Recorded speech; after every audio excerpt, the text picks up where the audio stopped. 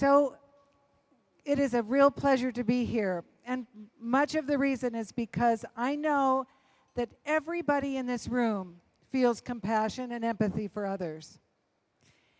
I know that most of you would actually act in a disaster whenever you could recognize it. You would be one of the first to leap out of your seats to help a toddler if you saw a little child running out into a busy road. I know that you would run out and probably risk your life to save that little girl. And I know this because I work with some of the most amazing and compassionate people, and most of the people I meet express their compassion in one way or another. But many of us don't recognize the disasters around us, and I want to give an example of one of my personal failures to recognize an example. I failed to act, and I'll tell you a quick story. I was in Haridwar with a friend of mine about 20 years ago. We were already living in India, my family and I was taking a little break, and we were walking along the Ganges, and it was a beautiful, warm, sunny day, and we came across a guy who was sitting on some steps, sweating really profusely. And I thought he might be drunk, but he didn't smell drunk, so I thought he must be on drugs, or he wasn't dressed so shabbily. But we thought, should we move him out of the sun? And we thought, well, no, he's probably screwed up, and we kept on our walk. And 20 minutes later, we came back around, and we saw that he was dead. And I feel ashamed of this story. I did nothing to help him. It would have taken 5 minutes. But that incident stayed with me, and my shame stayed with me. And a few months later, actually, I was in Delhi with my daughter, and we saw a puppy that was in the road that had a great big injury on its back. And the mom was just circling around and around the puppy. She was in so much distress, and I had never helped an animal before. So this is back in. Oh, what do you want me to do? Okay, I'll pause. He's going to try to lower the music. Can you all hear me? So I'm going to carry on. I don't think we need to wait. We've all been sitting here a long time, and I think we should just progress. So I found some courage to help that puppy. And I remembered the time I had failed to act with that man. That stuck with me, and it changed me. And we've all faced those kind of circumstances. And so because of that man who I let down, I actually recognized the puppy. And I walked, and all I did was move that baby into the shade. That was all I did. And I was just trembling because I'd never touched a bloody animal before. I'd only had pets. And after that incident, I realized that acting had actually given me courage. It wasn't just that I got courage from something else, but acting itself gave me courage. And a small act of just moving that puppy across the road gave me a big insight.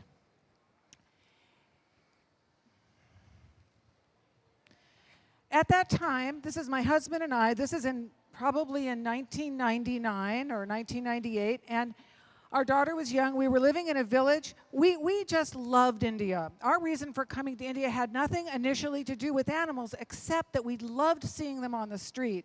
We loved Indian food, Indian language. We loved Hindi. We loved Rajasthani dress, jewelry, all the. Thank you.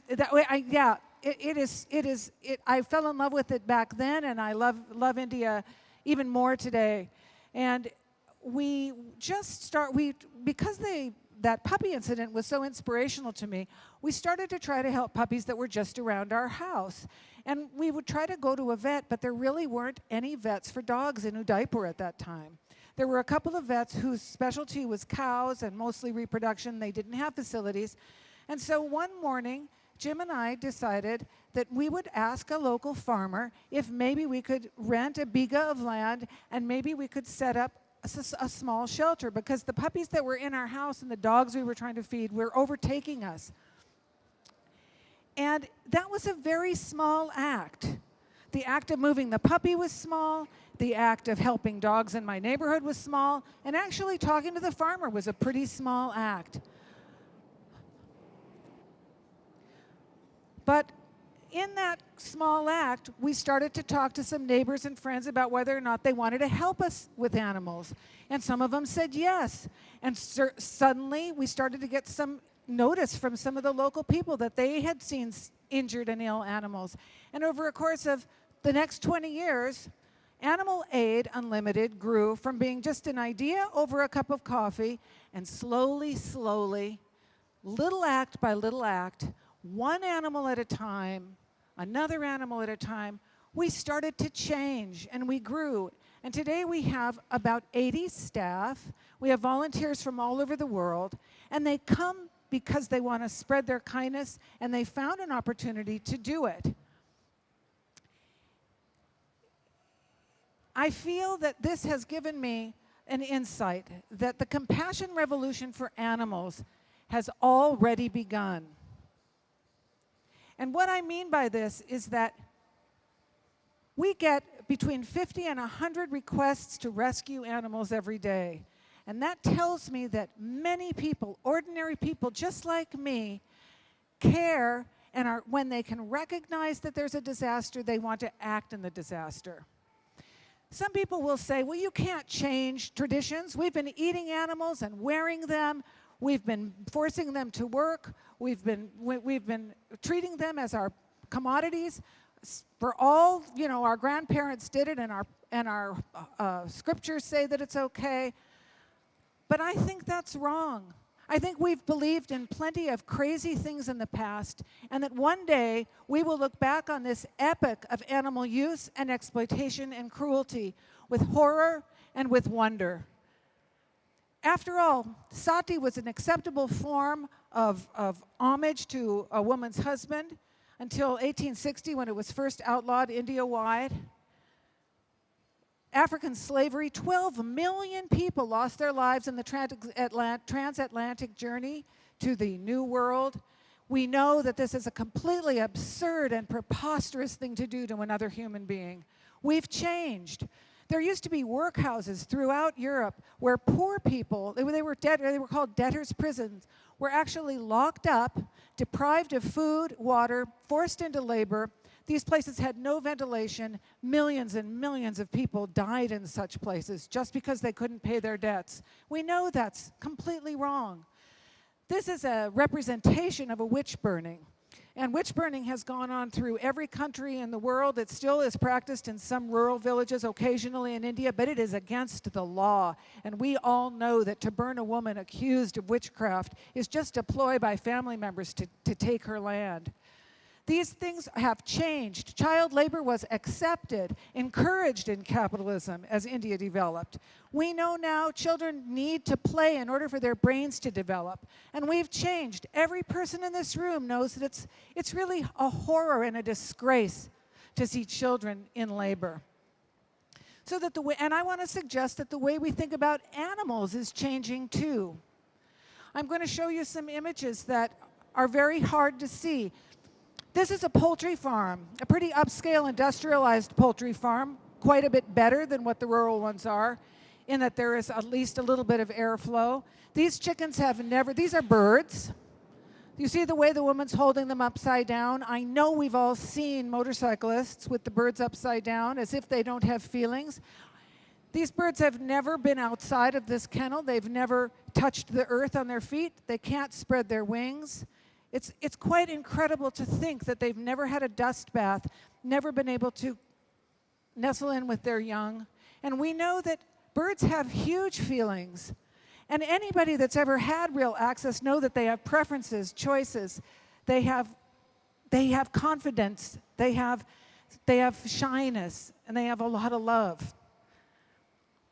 Buffaloes are often treated like so much garbage, and India has the largest meat export of any country in the world, and this is who is being killed and exported. If you can see the face of the buffalo that's to the right, these animals are deprived of water and food during their horrendous journey to their death. They're gouged and stampeded by the other buffaloes. There's no word to describe that suffering. And yet we know at Animal Aid we have buffaloes, as many of you might have known, who are curious and lovable, humorous animals and studies have shown that cows and buffaloes, they actually experience a heart rate increase and brainwave activity increases when they can solve puzzles like opening a gate to get at food.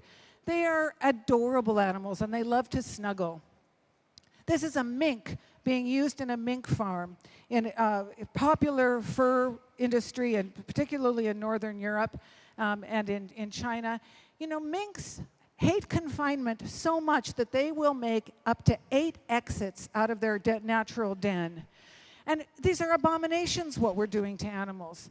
And once we see it, once we feel it with our hearts, and recognize it as a disaster, I think everybody in this room will act. That's a monkey being incarcerated for research.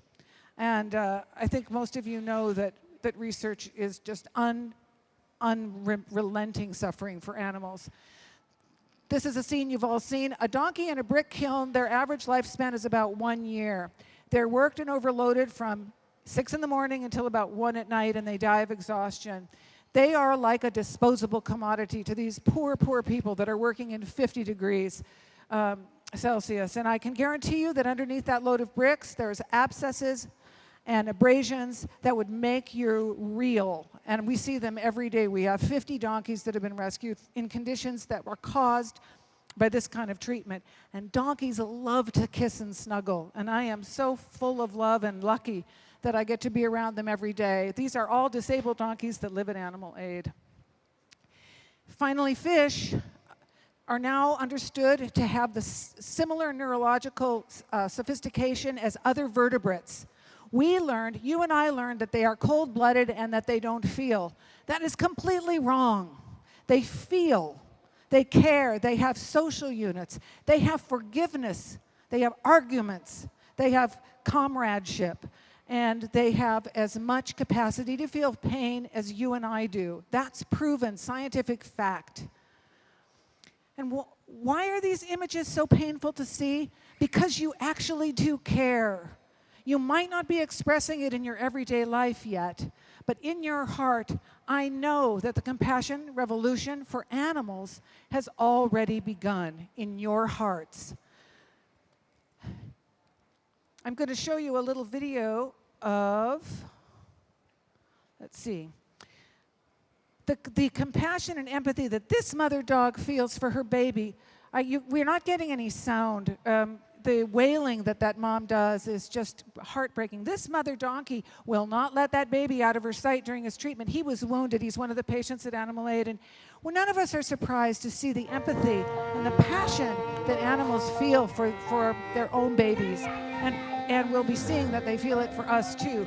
This mama was so concerned that we were going to take her baby that she was running behind, and we were surely not going to leave her behind, because in Animal Aid we know, as all of you know, that no mother can bear being separated from her child. And cows are absolutely no different. So it gave us so much pleasure to treat this beautiful baby in the peace and safety of Animal Aid with his mama, which is exactly where he belonged. Animals can give us so much joy, and we are changed by their love for us.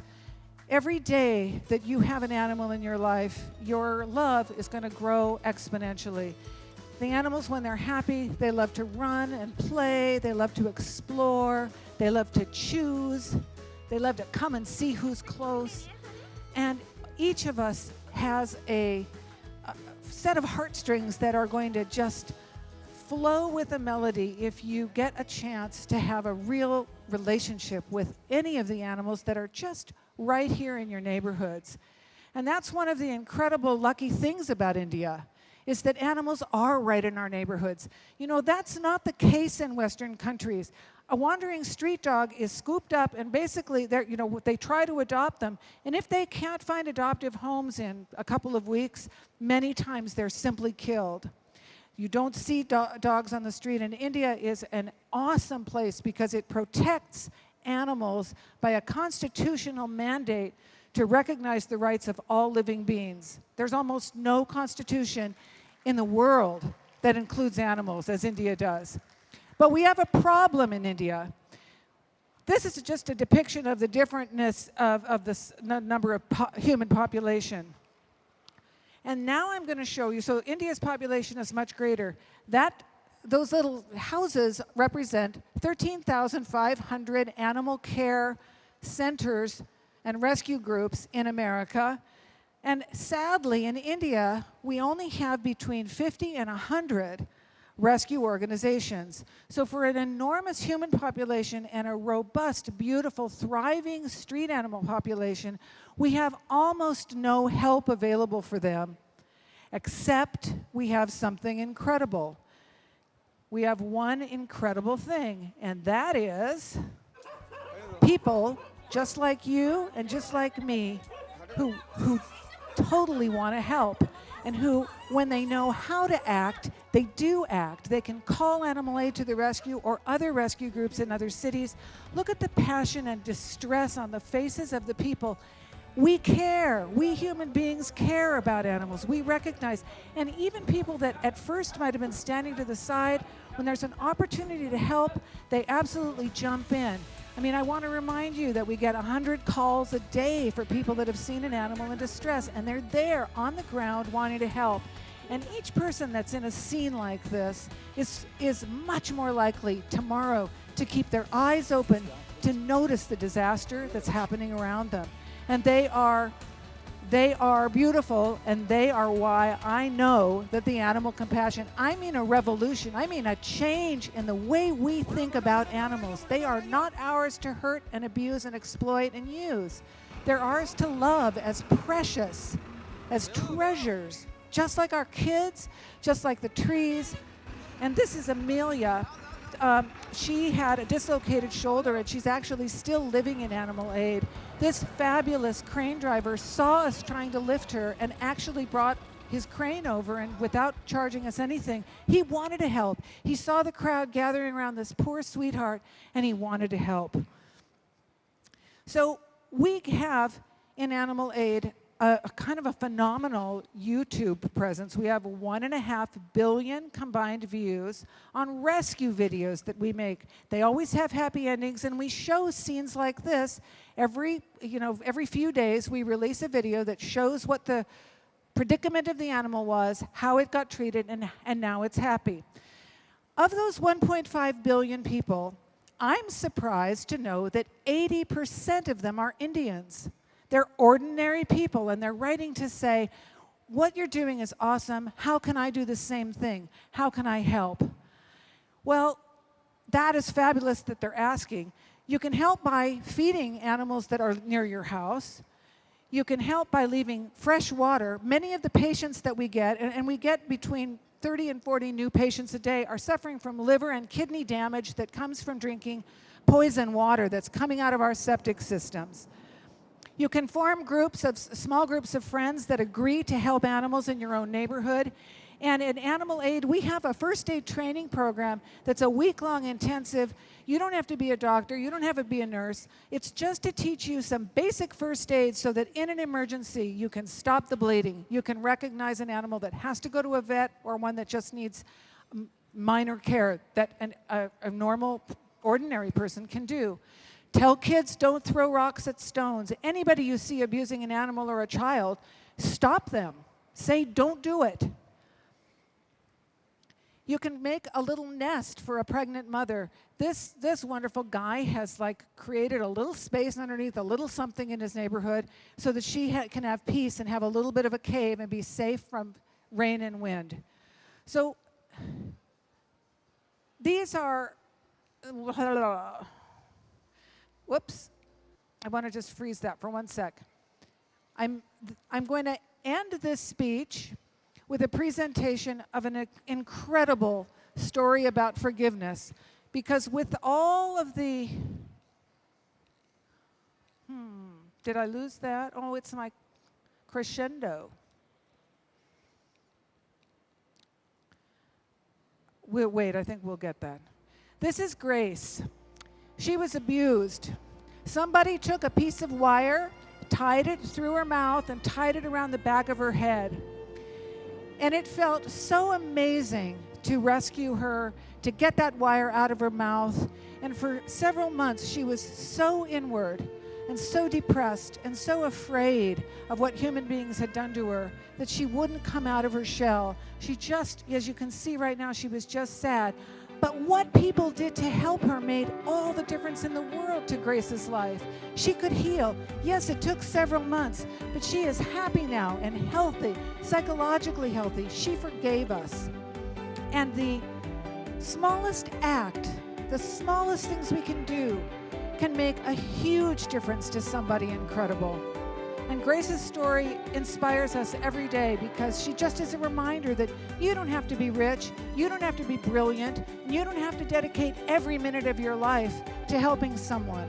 Someone special is out there right now, and if you can keep your eyes and ears open, you'll be surprised at how taking action, like I did with that little puppy, changes the way you think, changes the way you understand yourself.